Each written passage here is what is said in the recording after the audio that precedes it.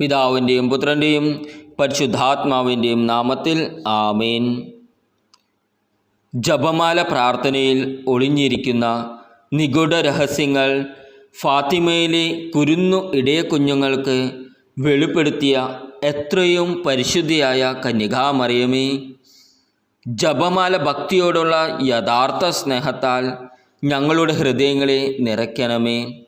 അതുവഴി ജപമാലയിൽ നിറഞ്ഞു നിൽക്കുന്ന രക്ഷാകര രഹസ്യങ്ങൾ ഇടവിടാതെ ധ്യാനിക്കുക വഴി ഞങ്ങൾ ഏറെ അനുഗ്രഹങ്ങൾ പ്രാപിക്കുന്നതിനും പാപികൾക്ക് മാനസാന്തരം ഉണ്ടാവുന്നതിനും ഇടയാക്കണമേ.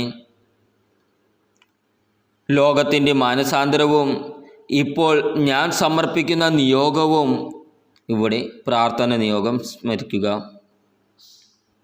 ഈ പ്രാർത്ഥനയിലൂടെ അവിടുത്തെ മഹത്വത്തിനും അതുവഴി ദൈവമഹത്വത്തിനും അങ്ങയുടെ മക്കളുടെ ഐശ്വര്യത്തിനുമായി അവിടുത്തെ പുത്രൻ്റെ പക്കൽ നിന്ന് ഞങ്ങൾക്കായി പ്രാർത്ഥിച്ചു തരണമേ.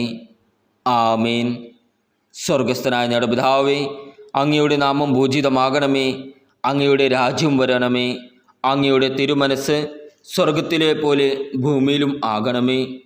അന്നു വേണ്ട ആഹാരം ഇന്ന് ഞങ്ങൾക്ക് തരണമേ. ഞങ്ങളുടെ കടക്കാരോട് ഞങ്ങൾ ക്ഷമിച്ചിരിക്കുന്നത് പോലെ ഞങ്ങളുടെ കടങ്ങളും പാപങ്ങളും ഞങ്ങളോടും ക്ഷമിക്കണമേ. ഞങ്ങളെ പ്രലോഭനത്തിൽ ഉൾപ്പെടുത്തരുതേ, തിന്മയിൽ നിന്നും ഞങ്ങളെ രക്ഷിക്കണമേ. ആമേൻ. നന്മ നിറഞ്ഞ മറിയമേ, സ്വസ്തി, കർത്താവ് അങ്ങയോട് കൂടെ സ്ത്രീകളിൽ അങ്ങ് അനുഗ്രഹിക്കപ്പെട്ടവളാകുന്നു. അങ്ങയുടെ ഉദരത്തിൻ്റെ ഫലമായ ഈശോ അനുഗ്രഹിക്കപ്പെട്ടവനാകുന്നു.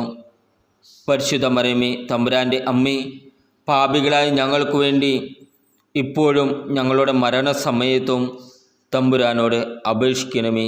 ആമേൻ. പിതാവിനും പുത്രനും പരിശുദ്ധാത്മാവിനും സ്തുതി, ആദിയിലെ പോലെ ഇപ്പോഴും എപ്പോഴും എന്നേക്കും. ആമേൻ.